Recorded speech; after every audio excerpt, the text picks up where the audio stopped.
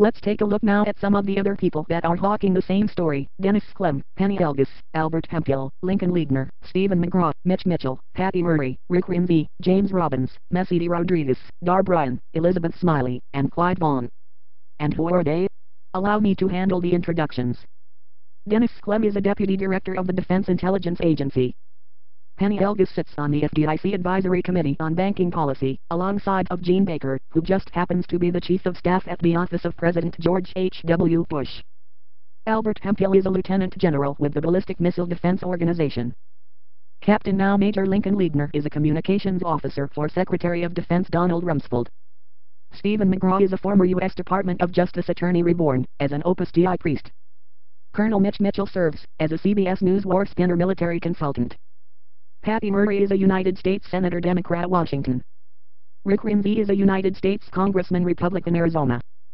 James Robbins is a contributor to National Review, a national security analyst, and a senior fellow at the American Foreign Policy Council.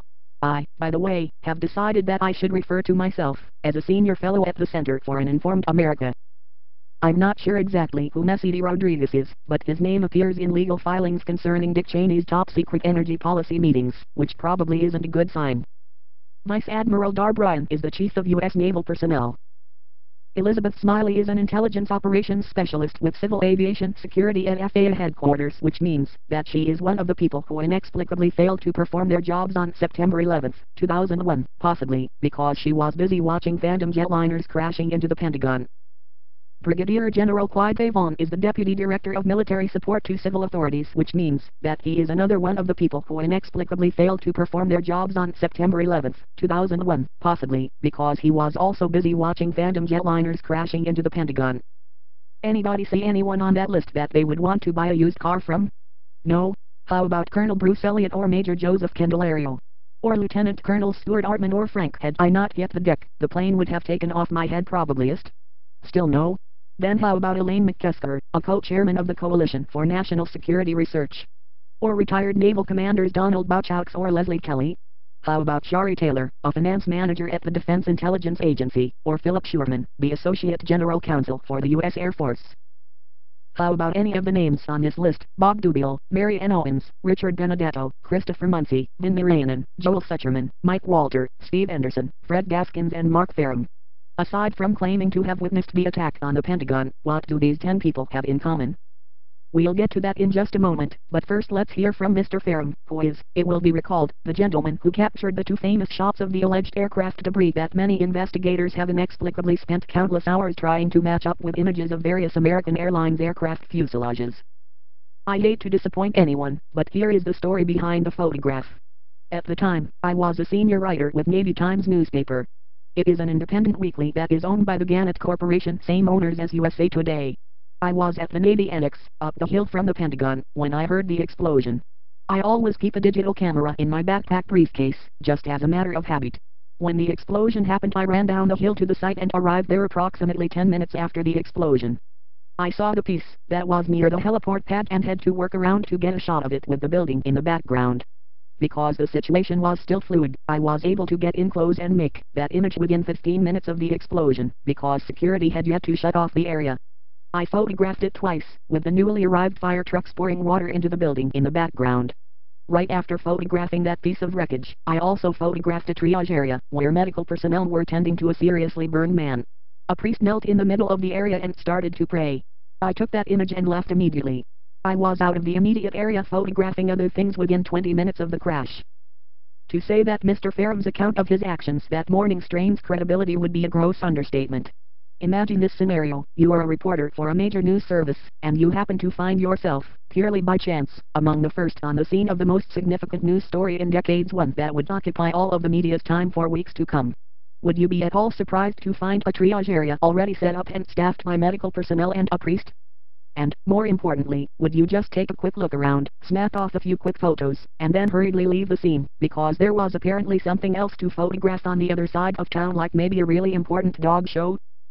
Despite the dubious nature of Mr. Ferrum's account, he did at least provide us with some useful important information, specifically, that USA Today and Navy Times are both part of the Gannett family of news outlets. Actually, if Ferrum weren't so modest, he would have noted that Gannett also publishes Air Force Times, Army Times, Marine Corps Times, Armed Forces Journal, Military Market, Military City, and Defense News. In other words, it's just your typical independent, civilian media organization. Having established that, let's now take a look at who our group of mystery witnesses are or who they were at the time of the Pentagon attack. Bob Dubell was the executive editor for USA Today. Mary Ann Owens was a journalist for Gannett. Richard Benedetto was a reporter for USA Today. Christopher Muncy was a reporter for Navy Times. Vin Mirayanen was a reporter for USA Today. Joel Sucherman was a multimedia editor for USA Today. Mike Walter was a reporter for USA Today.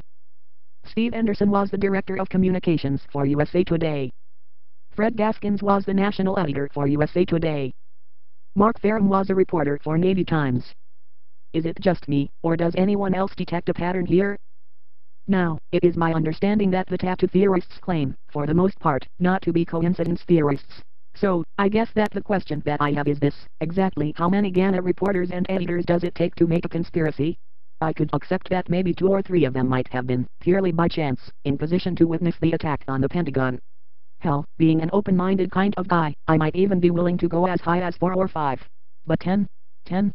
What are the odds that 10 of the alleged Pentagon witnesses would be from the same news organization? Perhaps some readers are thinking that maybe there is a simple explanation for this statistical aberration, like maybe the Gannett building is ideally located to provide a view of the attack, or maybe everyone was riding together on a Gannett ride-sharing bus.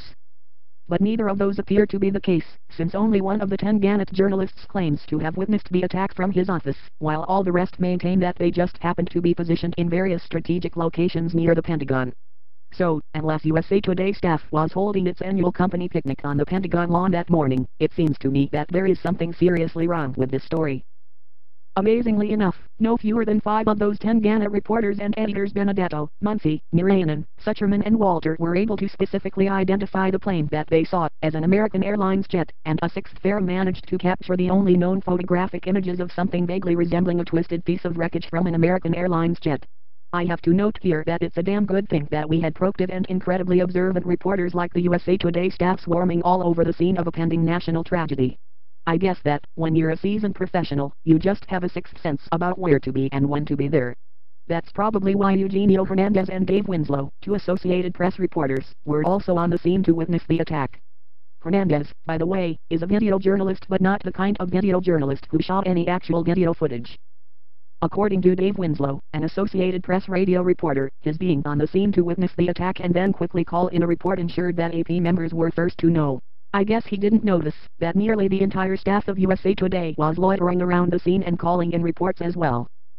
According to the witness compilations, it wasn't just major media outlets that knew immediately what had happened at the Pentagon. Witness Mark Bright, a Defense Protective Service officer who was manning a guard booth, claims that, as soon as it struck the building, I just called in an attack, because I knew it couldn't be accidental. If true, then I guess his call must have come in right after that of fellow witness and Defense Protective Service officer William Lagis, who said on ABC's Nightline program, it was close enough that I could see the windows and the blinds had been pulled down. I read American Airlines on it. I got on the radio and broadcast. I said a plane is heading toward the heliport side of the building. The Christian Science Monitor reported that Fred Hay, a congressional staff attorney and yet another purported witness, had the following reaction to the attack: I can't believe it. This plane is going down into the Pentagon, he shouted into his cell phone. On the other end of the line was his boss, Representative Bob Nye, Republican of Ohio. Representative Nye immediately phoned the news to House Sergeant at Arms Bill Livingwood, who ordered an immediate evacuation of the Capitol itself. And according to the Seattle Times, Senator Patty Murray was meeting with other Senate leaders when, from a window in the meeting room, she saw a plane hit the Pentagon. The Birmingham Post-Herald held that Pentagon firefighter/witness Alan Wallace switched on the truck's radio. Phone 61 to Fort Myer, he said. We have had a commercial carrier crash into the west side of the Pentagon at the heliport, Washington Boulevard side. The crew is okay. The airplane was a 757 Boeing or a 320 Airbus. According to another report, local engine company 101 also witnessed the attack and immediately radioed in this report, Engine 101 emergency traffic, a plane has gone down into the Pentagon.